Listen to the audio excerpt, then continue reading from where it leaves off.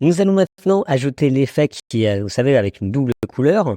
Donc, on va dans l'onglet Effets, Effets vidéo. Et ici, celui qui m'intéresse, donc c'est le chroma zoom. Après, je vous invite à regarder, il y a plein d'autres effets qui peuvent être intéressants à insérer. Ok, je vais l'ajouter. Ici, si je fais play, il va apparaître. Ok. Donc là, hop, voilà. Il traîne un petit peu, parce que c'est la mémoire. Donc, je peux le laisser jusqu'ici, hop, même tout le long. Voilà, de toute façon, il s'arrête à partir de ce moment. Voilà, l'effet disparaît, donc on n'est pas obligé de le laisser plus longtemps. On a bien l'effet qui apparaît. Hop, qui est ici. Ok. Je pourrais avoir une vitesse plus rapide ou plus lente, ok, de l'effet. Donc j'ai la taille et j'ai également l'effet qui va être plus ou moins rapide. Là, vous voyez la taille ou pas. Donc maintenant on a le premier effet. Le deuxième effet qui était ici tout simplement quand la vidéo s'arrêtait. Ici, j'avais un effet un peu de rebond qui arrivait. Je vais tout simplement créer ici un freeze gelé. Je fais clic droit, modifier et je fais geler. Ok, ici. Je vais faire pareil sur celle-là, comme ça sera identique. Modifier, hop, geler, et donc là, ça sera identique.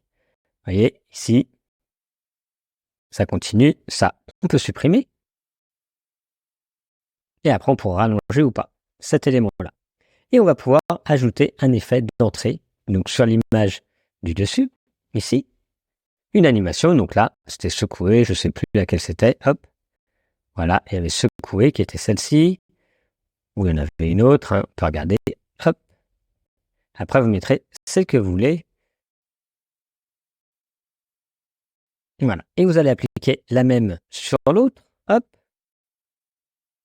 Et donc comme ça, vous avez bien, parce qu'en fait, comme il y avait le découpage encore, il n'était pas fini, on pourrait travailler avec le masque, c'est pour ça qu'il n'y a qu'une partie qui bougeait, mais là au moins, tout bouge en même temps, hop, hop, et cet effet-là. Et il ne nous reste plus qu'à mettre la musique. Je vais mettre la musique, le son, la musique, donc moi je l'ai déjà trouvé, la musique que je voulais, hein, c'était celle-ci, après vous mettrez celle que vous voulez, je vais l'ajouter, je vais la mettre tout au début, comme ceci, là, je vais la raccourcir pour qu'elle fasse la taille de mon clip, de l'ensemble de mes médias. Je vais réduire un petit peu le son. Je vais faire une entrée ici, par exemple à 4 secondes, une sortie à 4 secondes, hop, je remets là et je vais le mettre au début. On va voir ce que ça va donner. Normalement, c'est bien.